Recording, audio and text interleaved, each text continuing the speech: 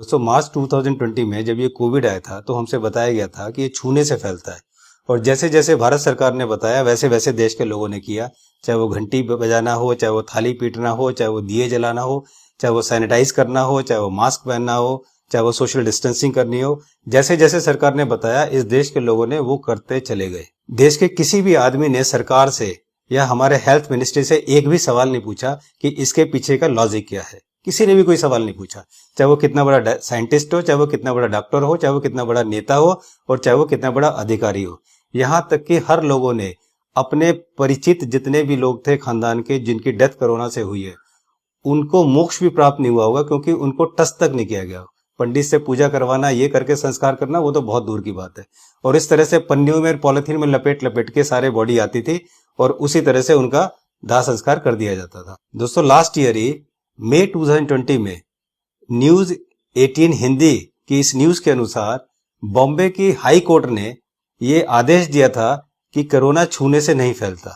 जी हाँ दोस्तों, मुख्य न्यायाधीश दीपांकर दत्ता और न्यायाधीश एस सिंधे की खंडपीठ ने कहा कि ऐसा कोई भी वैज्ञानिक तथ्य नहीं है जिससे ये साबित होता हो कि कोरोना डेड बॉडी में रहता है या डेड बॉडी को छूने से कोरोना होता है। ये हाई कोर्ट ने ऑर्डर दिया था बीएमसी के एक केस में। इस खबर का लिंक मैंने डिस्क्रिप्शन में दे दिया है, आप जाकर पढ़ सकते हो कि हाई कोर्ट की इस बात को एक भी टीवी न्यूज चैनल ने नहीं दिखाया कि हाई कोर्ट ने ये बोला है कि छूने से नहीं फैलता, ऐसा कोई एविडेंस नहीं है। लेकिन तब से लेकर आज तक डेड बॉडी को पॉलिथीन में पैक करके उसको सील करके उसको वहां पर ले आया जाता है और कोविड के अंतर्गत उसको जलाया जाता है जहां पर कोई उसको टच नहीं कर सकता। लेकिन आज तक किसी भी बुद्धिजीवी ने यह सवाल किसी से नहीं उठाया। और ये जो हमारे देश की स्थिति आज हुई है ये इसी कारण से हुई है कि किसी ने आज तक कोई सवाल किसी पे नहीं उठाया। बस एक बंदर की तरह जैसे जैसे मदारी नचाता चला गया वैसे वैसे सब नाचते चले गए, बिना ये सोचे कि क्या सही और क्या गलत है, क्या लॉजिक और क्या इलॉजिकल है। दोस्तों अब देखिए इंडियन एक्सप्रेस की ये न्यूज जो कि 15 अप्रैल 2021 की है। जी हाँ दोस्तों, जिसमें US central for disease control and prevention में सीडीसी के अनुसार एक रिसर्च के अनुसार सीडीसी ने बताया है कि जो हमने रिसर्च किया है उससे ये पता चला है कि कोरोना सरफेस से छूने से नहीं फैलता। एक साल रिसर्च के बाद ये बताया है कि कोरोना किसी सरफेस के छूने से नहीं फैलता। इसका मतलब इसके चांसेस बहुत कम है कि छूने से फैलने के चांसेस बहुत कम है। मींस 10,000 में से एक और उससे कम, यानी कि ना के बराबर। जी हाँ दोस्तों, ये सीडीसी की रिसर्च है कि छूने से नहीं फैलता।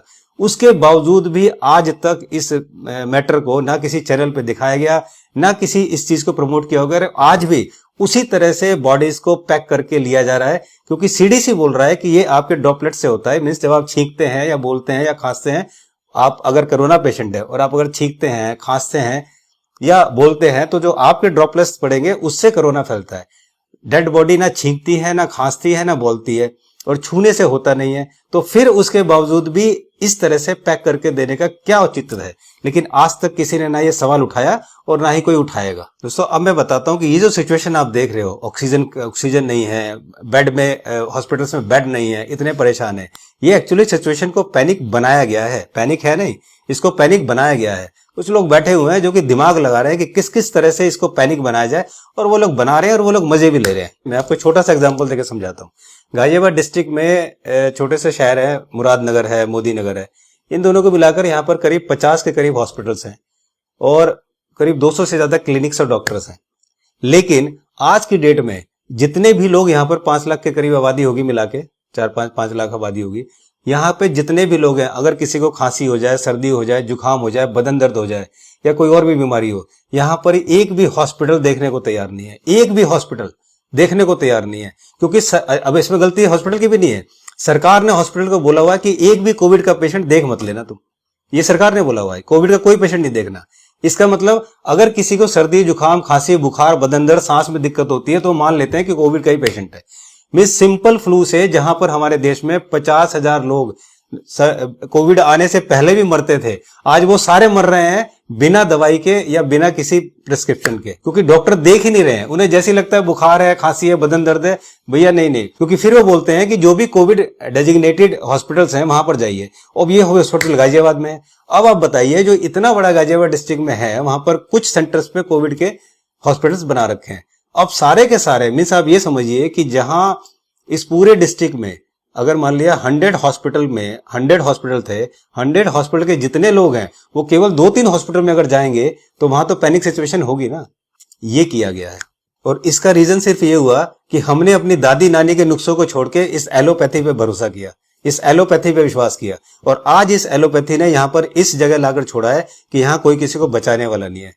आज अगर किसी के घर में 4 लोग ना हो ना तो उसकी डेड बॉडी भी घर में पड़ी रहेगी, कोई उठाने वाला नहीं मिलेगा। लेकिन मेरी आपसे रिक्वेस्ट है कि कई सारी चीजें ऐसी हैं ये जो हो रही हैं, जैसे सर्दी जुकाम खांसी बुखार और ये पेट में दर्द, लूज मोशन, वोमिटिंग, ये सब चीजें आप घर पर ठीक कर सकते हैं। इसके लिए आपको हॉस्पिटल जाने की और परेशान होने की बिल्कुल जरूरत नहीं है। हमने अपनी कई सारी वीडियोस में डॉक्टर बीआरसी ने ये बता दिया है कि किस तरह से इन चीजों को ठीक किया जा सकता है और ठीक आप कर सकते हो। जैसे मैं आपको आगे एक एग्जाम्पल देता हूं कि पिछले 5-6 साल में मेरे को 3-4 बार फूड पॉइजनिंग हो चुकी है। 5-6 साल में तो मैं हर बार हॉस्पिटल भाग जाता था और हॉस्पिटल 2-3 दिन एडमिट रहता था, ठीक होके फिर मैं आता था। लेकिन चूंकि अब मैं लास्ट ईयर से डॉक्टर बीआरसी के साथ में आया हूं, मैंने ये सब सीखा है, तो अभी मुझे 1 हफ्ता पहले फूड पॉइजनिंग हुई थी। मैंने पपीता फिर खा लिया था, पपीते से मुझे फूड पॉइजनिंग होगी।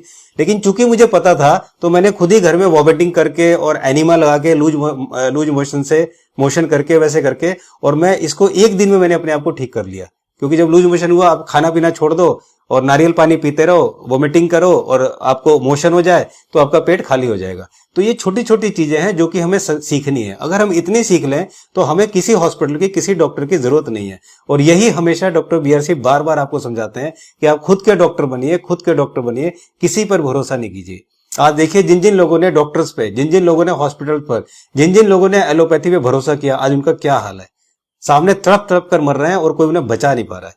तो दोस्तों, मैं आपसे फिर कह रहा हूं कि ये जो सिचुएशन पैनिक दिख रही है आपको, ये पैनिक है नहीं, ये पैनिक बनाई गई है। हमारे देश में ऑक्सीजन की इतनी कमी नहीं है कि ऑक्सीजन की कमी से लोग मर जाएं। दोस्तों, आज एलोपैथी ने हमें इस मुकाम पर लाकर खड़ा कर दिया है कि आज की डेट में अपनी जान बचाना ही सबसे बड़ी कामयाबी है। मुझे उम्मीद है कि आप परेशान नहीं होंगे, स्वस्थ रहेंगे और छोटी मोटी बीमारियों को घर पर ही ठीक कर लेंगे। पैनिक होने की बिल्कुल जरूरत नहीं है। थोड़े दिन वेट कीजिए, सब कुछ ठीक हो जाएगा। जल्दी मिलता हूं एक नई इन्फॉर्मेटिव वीडियो के साथ। तब तक अपना ख्याल रखिए, घर वालों का ख्याल रखिए, दोस्तों यारों को फोन करके कोविड की बात ना करें, आपस में प्यार मोहब्बत की बातें करें, ताकि आपका मूड ठीक और फ्रेश रहेगा। नमस्कार।